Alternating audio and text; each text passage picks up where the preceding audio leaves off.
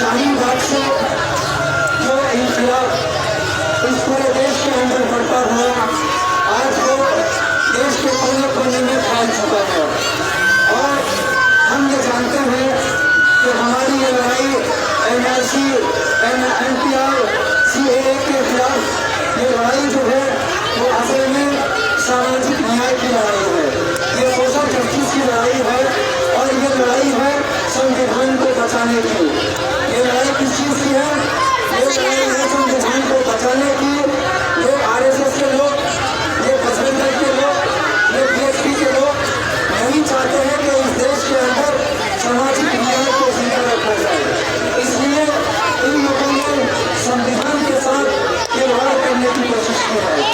संविधान का मजाक इस तरह नहीं उड़ाया कि भारतीय संसद के अंदर संविधान का जो आर्टिकल 14 और 15 है उसका मजाक उड़ाकर देश के मुसलमानों को नागरिकता से वंचित रखने के लिए संविधान का मजाक उड़ाया।